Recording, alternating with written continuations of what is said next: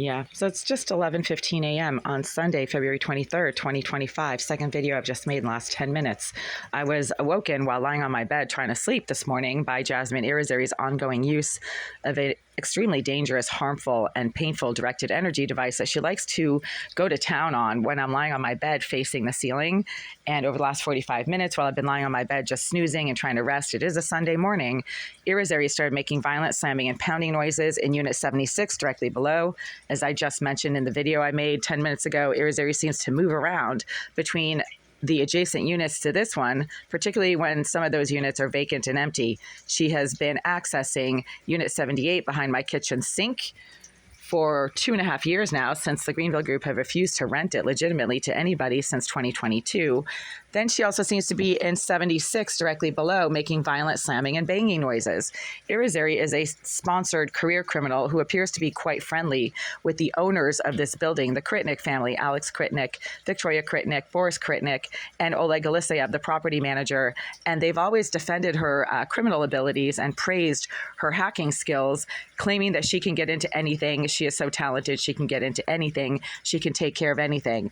And Irizarry continues to use a directed energy weapon that seems to be a favorite tool of Russian groups and entities, as described in multiple documentaries created by 60 Minutes and by CBS News over the last few years.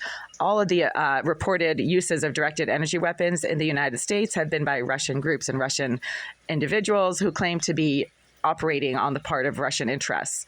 I'm not sure what the Russian connection is between Irizarry and her use of a directed energy device on me. I am not Russian. I have a few Russian friends, but they're not criminals. But the family who owns this building is definitely Russian, as is the property manager. They claim that Irizarry is so talented she can get into anything and take care of anything. So her use of a directed energy device, as she has admitted to doing on social media in multiple written comments, is not a stretch.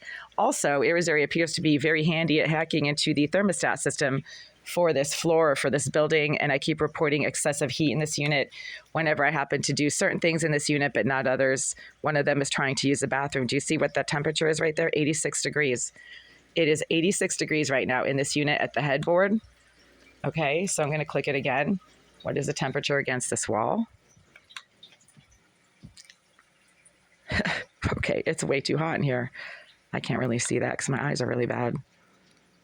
Okay, so I'm aiming it at different parts of this unit in real time. So I'm not fabricating. I'm not like holding it up to a space heater or anything. It is insanely hot in here. It should never go this high. So what is the temperature here against this wall right here? Oh, now it's not working. Oh, now it froze. Well, it froze at 82.8 degrees. That is way above what is permitted by the Inspectional Services Department and the Housing Code. So, this is part 2 of the video I just made 10 minutes ago about Irizarry's ongoing use of a directed energy weapon to electronically assault me over the last 45 minutes while I've been lying on my bed trying to rest and get some more sleep. And I couldn't do that because she started making violent pounding and banging noises directly below my bed as soon as I started sitting up or turned over. She's a mentally disturbed piece of shit, unfortunately, but she is quite talented at using surveillance devices, according to her close personal friend and sponsor, the property manager, Oleg Alisyev, who has referred to Jasmine Irizarry as a surveillance expert. Other maintenance managers have also referred to Jasmine Irizarry as Greenville's surveillance expert. So then if she is a surveillance expert, she is using surveillance devices in this unit, as dozens of people have told me over the last few years. They can see what I do in here, and I am, quote, a freak. Well, that's a compliment coming from the low-life scum in this building. If I'm a freak, then that's good, because they're the actual freaks, not me. I live a very normal life. I don't do anything weird. But if they have issues with what I do in this unit, maybe they shouldn't watch, right? I mean, if you don't like what you're seeing, maybe you should stop watching. Otherwise, that makes you a psycho, right? If you don't like what you hear, maybe you should stop eavesdropping. Otherwise, continuing to eavesdrop makes you a psycho, right? So if these psychopaths, sex offenders, perving, creeping rejects in this building tell me they get to see what I do and I'm a freak, well, good, because if the psycho trash think you're a freak, that means you're actually normal. Psycho trash are too stupid to understand anything above their IQ level, which is a tapeworm, basically.